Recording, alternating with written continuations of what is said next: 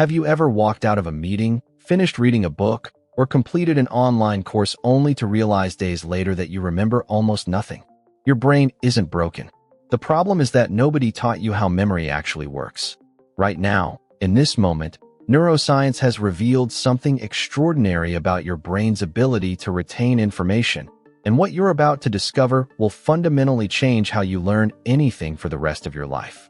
For decades, we've been approaching memory the wrong way. We cram information into our brains like we're stuffing clothes into an already full suitcase, hoping something will stick. We read the same paragraph 5 times, highlight entire pages in yellow, and wonder why we can't recall any of it during that important presentation or exam.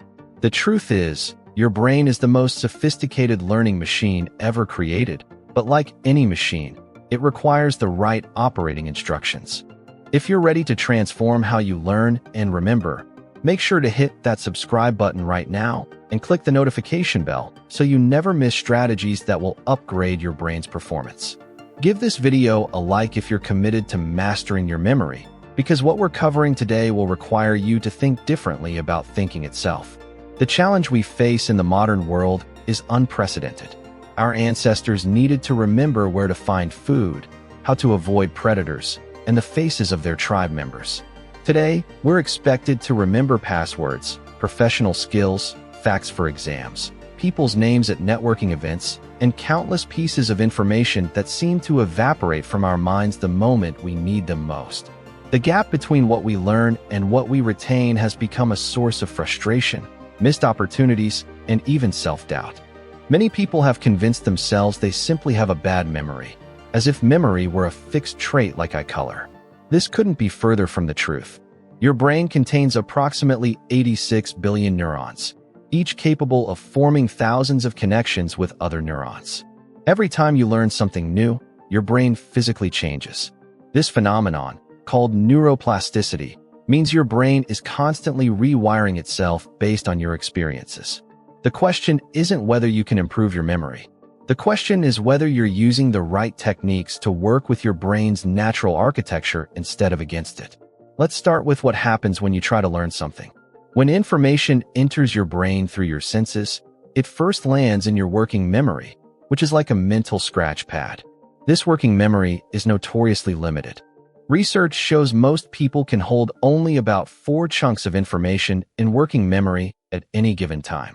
This is why when someone tells you their phone number, you can repeat it back immediately, but 30 seconds later, it's gone unless you've done something specific with that information. For information to move from this temporary holding area into long-term memory, where it can be stored for years or even a lifetime, your brain needs to encode it properly. This encoding process is where most people fail, not because they're incapable, but because they're using methods that neuroscience has proven to be ineffective. Passive reading, highlighting, and rereading create what researchers call the illusion of knowing. These activities feel like learning because you're engaging with the material, but they create only weak, shallow memory traces that fade rapidly. The single most powerful principle for memory is this: your brain remembers what it actively processes, not what passively washes over it. This concept, known as elaborative encoding, means that the more deeply you think about information and the more connections you create to existing knowledge, the stronger the memory becomes. Think of your memory not as a filing cabinet where you store facts, but as a vast spider web where each piece of information is a point of connection. The more connection points you create, the easier it is to find your way back to any specific piece of information. One of the most effective techniques that leverages this principle is called the method of loci, also known as the memory palace technique. This ancient method, used by memory champions around the world, works by connecting abstract information to vivid spatial memories. Your brain evolved to remember locations and navigate environments with remarkable precision. When you were a child, you could probably draw a detailed map of your childhood home, including where furniture was placed and what pictures hung on the walls, even though nobody asked you to memorize these details. Your brain encoded this spatial information automatically because survival depended on knowing your environment. The memory palace technique harnesses this natural strength. Here's how it works in practice. Choose a location you know extremely well, perhaps your home or the route you take to work. Now, when you need to remember a list of items or concepts, you mentally place each item at specific locations along this familiar route. But here's the crucial part. You don't just place them there normally. You make them bizarre, exaggerated, and emotionally charged. If you need to remember to buy eggs, don't imagine normal eggs sitting on your doorstep. Instead, imagine a giant egg the size of a car blocking your front door, cracking open with neon yellow yolks spilling down your steps. The more outrageous and vivid the image, the better your brain will encode it. This technique works because it combines several memory principles simultaneously. First, it uses spatial memory, which is incredibly strong. Second, it employs visualization, engaging your visual cortex. Third, it creates emotional resonance through unusual or humorous imagery, and emotions are like memory superglue. When something makes you feel something, whether that's surprise, humor, or even disgust, your brain prioritizes that information for storage. This is why you can remember embarrassing moments from years ago in perfect detail, but you can't recall what you had for lunch 3 days ago. The embarrassing moment had emotional weight, the lunch did not. Jim Quick, one of the world's leading experts on memory and brain performance, often teaches that memory is not about intelligence. It's about method. He shares the story of how a childhood brain injury left him with severe learning difficulties. Yet he went on to develop extraordinary memory capabilities by studying and applying the right techniques. His work emphasizes that your memory is like a muscle. It doesn't matter how weak it is right now. What matters is whether you're willing to train it consistently with effective exercises. Another cornerstone of effective memory is spaced repetition. Your brain doesn't learn efficiently through marathon study sessions. Instead, it consolidates memories during the periods between learning sessions.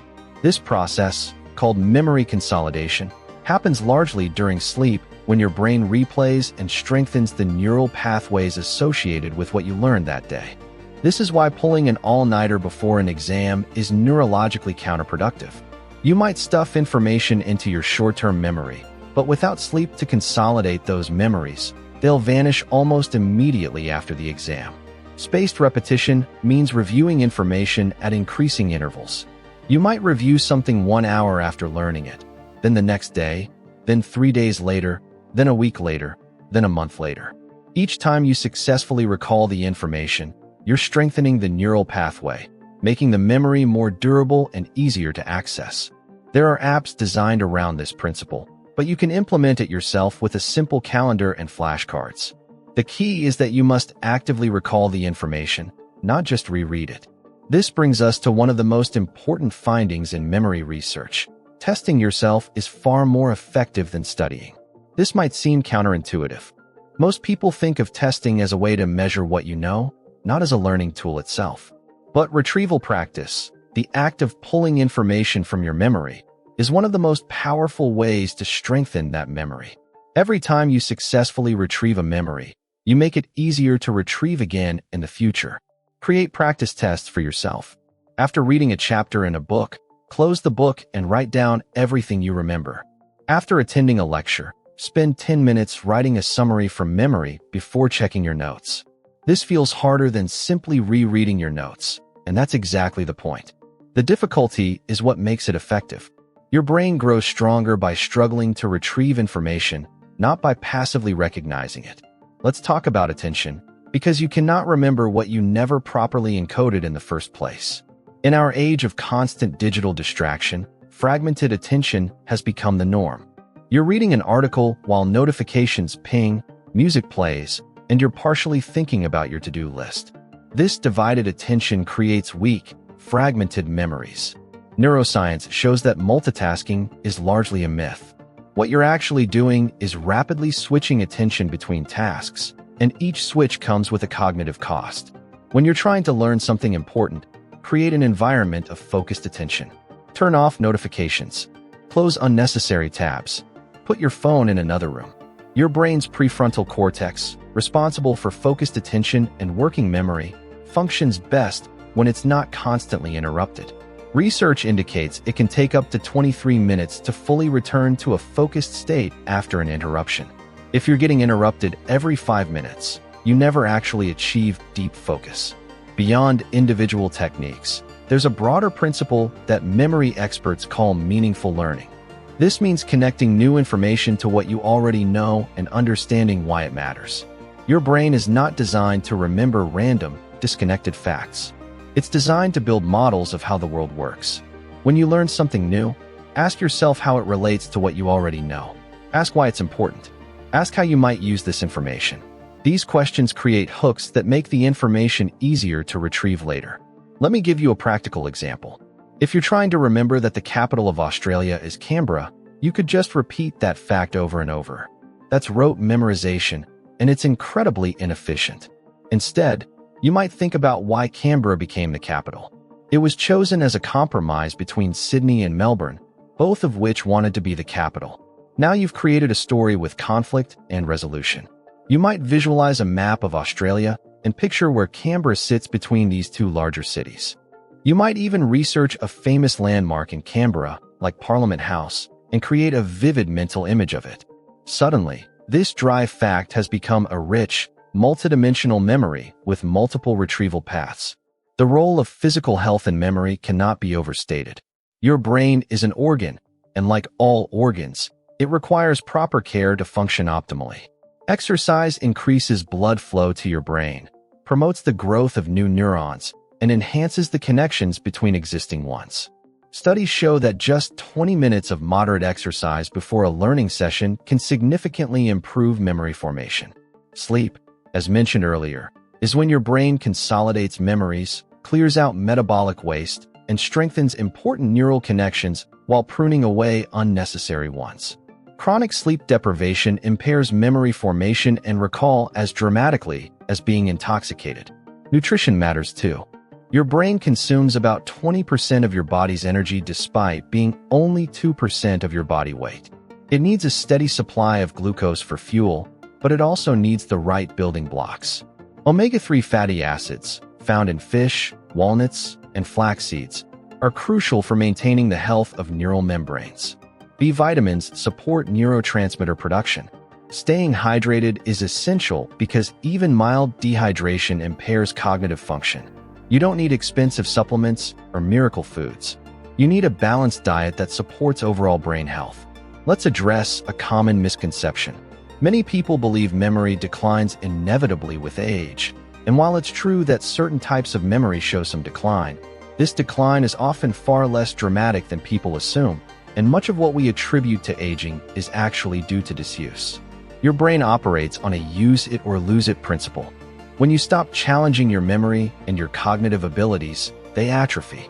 But when you continue to learn new skills, engage in mentally stimulating activities, and use memory techniques, your brain can maintain and even improve its capabilities well into old age.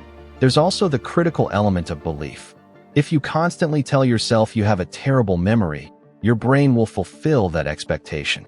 This phenomenon, called a self-fulfilling prophecy, has been demonstrated in countless psychological studies. Your beliefs about your abilities shape your behavior, which shapes your results, which reinforces your beliefs. If you believe you can't remember names, you won't put in the effort to use memory techniques when meeting someone new, and you'll forget their name, confirming your belief. Breaking this cycle requires consciously choosing to believe that your memory is improvable and then backing up that belief with action. One particularly powerful application of memory techniques is learning languages. Language learning requires memorizing thousands of words, grammar rules, and phrases. Memory champions use vivid imagery and storytelling to encode foreign words. For example, if you're learning Spanish and need to remember that the word for duck is pato, you might imagine a duck wearing a sombrero and patting its wings together. The more absurd and vivid the image, the better. This technique, called keyword method, has been shown in research to be far more effective than simple repetition. The same principles apply to remembering people's names, one of the most common memory complaints. When someone tells you their name, really listen. Then immediately use their name in conversation. Create a visual association between their name and something distinctive about their appearance. If you meet someone named Rose who has red hair, you might imagine roses growing out of her hair. It sounds silly, but it works because it creates multiple memory traces, auditory from hearing the name, visual from the image you created, and semantic from the meaning connection. Here's something most people don't realize. Forgetting is actually a feature, not a bug. Your brain is designed to forget most of what you experience because most information is not worth retaining long-term. The challenge is to signal to your brain what's important. You do this through attention, emotion, repetition, and active use. When you repeatedly return to information and use it in meaningful ways, your brain recognizes this pattern and prioritizes that information for long-term storage. The practical application of everything we've discussed comes down to this. Stop being a passive recipient of information and become an active architect of your memory. When you read something important, pause after each section and explain it to yourself in your own words. Create visual representations of abstract concepts. Connect new information to personal experiences. Test yourself regularly instead of just rereading. Use spaced repetition to review information at optimal intervals. Create memory palaces for lists and sequential information. Pay attention to one thing at a time instead of fracturing your focus across multiple inputs. Take care of your physical brain through exercise, sleep, and nutrition. And perhaps most importantly, believe that your memory is capable of extraordinary things because it absolutely is. The moment you start applying these techniques, something remarkable happens.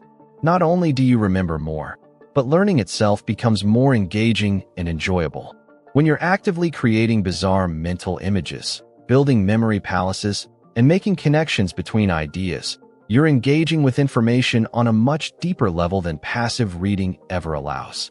Learning transforms from a chore into a creative act, and your growing confidence in your memory creates a positive feedback loop that makes you want to learn even more.